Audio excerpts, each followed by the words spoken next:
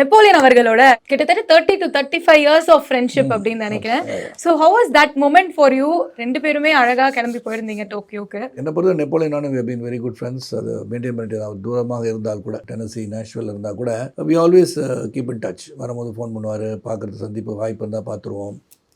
And I know Dhanush சின்ன வயசுலேருந்து எனக்கு தெரியும்ல. எனக்கு வந்து நெப்போலியனுடைய பெயின் எவ்வளோ பேருக்கு தெரியும் தெரியாதப்ப பெயின் முதல்லேருந்தே எனக்கு தெரியும். It's not that easy. தந்தைக்கு வந்து தன் மகன் வந்து கிட்டத்தட்ட ஒரு 11-12 வயசில் வந்து வில் பி கான், இல் பாஸ் ஆஃப்ன்ற போது இட்ஸ் அ பெயின். எப்படி அது பார்க்க முடியும்? எங்கள் அப்பாவே வந்து கேன்சர் வந்துருக்கும் போது எனக்கு வந்து எங்கள் அப்பா வந்து டெய்லி வந்து ஷூட்டிங் ஸ்பாட்டில் வந்து ஃபோன் வந்து பக்கணும் எனக்கு. ஐயோ அப்பா இருக்கணுமே நினச்சிட்டு இருக்கோம் இல்லையா? அந்த மாதிரி it is a pain that when you have that kind of situation, it's very difficult to go through that pain. எங்கள் அப்பா வழியில் கத்தும் போதெல்லாம் நான் கூட இருந்திருக்கேன். Last days I was together. அந்த pain is not ordinary. the pain is very very huge. அதை வந்து அவர் மாற்றணும், அவன் லைஃப்பை வந்து எக்ஸ்டெண்ட் பண்ணணும்னு நினச்சி the only place he could think of is US where the life could be better அப்படின்னும் போது இங்கே இருக்கிற எல்லா வாய்ப்புகளையும் விட்டுட்டு என்ன ரூட்ஸ்லேருந்து தூக்கிட்டு போயிட்டார்ல. அங்கே போயிட்டு என்ன நடக்கும், whether he can be a good businessman there, அது பண்ண முடியுமா முடியாதா, இதெல்லாம் மீறி அங்கே இருக்க ஒரு ஐடிலேருந்து தென் ஃபார்மிங் போய் எல்லாம் பண்ணி பையனையும் பார்த்துக்கிட்டு ஒரு குவாலிட்டி லைஃப் கொடுத்து இஸ் எக்ஸ்டெண்டட் இஸ் லைஃப். அவனுக்கு ஒரு சந்தோஷம் வரணும்னு சொல்லும் போது இட்ஸ் a beautiful thing. அதை பல விதமாக சொல்லலாம் எல்லாரும். But whatever is happened is sacrifice of that girl.